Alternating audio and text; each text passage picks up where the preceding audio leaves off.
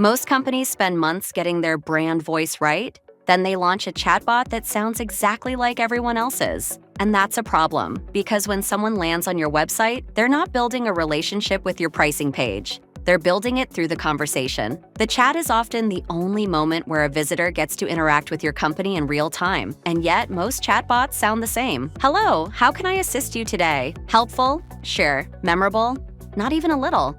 Two companies can sell the exact same thing at the exact same price. One conversation feels human and distinctive. The other feels like every support bot the visitor has ever used. A week later, guess which brand they remember? The good news is that fixing this isn't complicated. If you're building an agent inside ChatFlow, standing out usually comes down to tweaking 6 specific settings. First, your instructions. This is the biggest one. Most people treat the instructions field like a settings panel. If you want to stand out to your customers, providing your chatbot the right instructions is the absolute best way to do it. Think of it like you're onboarding a new employee. Who is this assistant? How does it speak? What does it care about? What phrases would it never use? If your instructions are just be helpful and professional, you've already blended in with half the internet.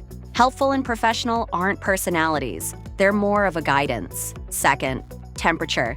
Think of this as the amount of freedom you give the AI. Lower temperatures make answers more predictable. Higher temperatures give the assistant more room to show personality. Neither is automatically better. The right setting is the one that sounds like your brand. Third, your training content. A lot of teams overlook this completely. If all of your documentation sounds formal and corporate, your chatbot will sound formal and corporate too. The AI learns from the material you give it. So when a chatbot feels off-brand, the issue often isn't the settings, it's the content. And fourth, the first impression, the opening message, the suggested questions, the footer, all the little things people think don't matter. But think about it, a generic opener instantly tells visitors they're talking to a generic bot, whereas a thoughtful opener makes the conversation feel like part of your brand before the first question is even asked. Fifth, style options. This is where you explicitly set how your chatbot communicates. Choose your tone, casual, professional, friendly, or authoritative. Toggle emojis on or off.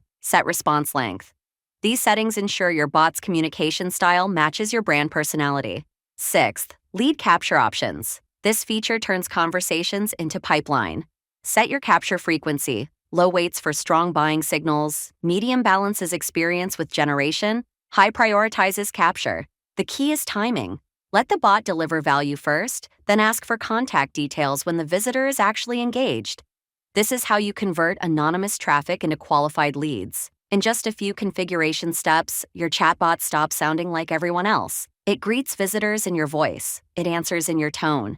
It represents your brand at the exact moment people are deciding whether to trust you. Go to chatflow.co, launch a free agent, and make sure your chat sounds like you, all the way through. If you want more tips on creating AI experiences people actually remember, subscribe to the channel. See you in the next one.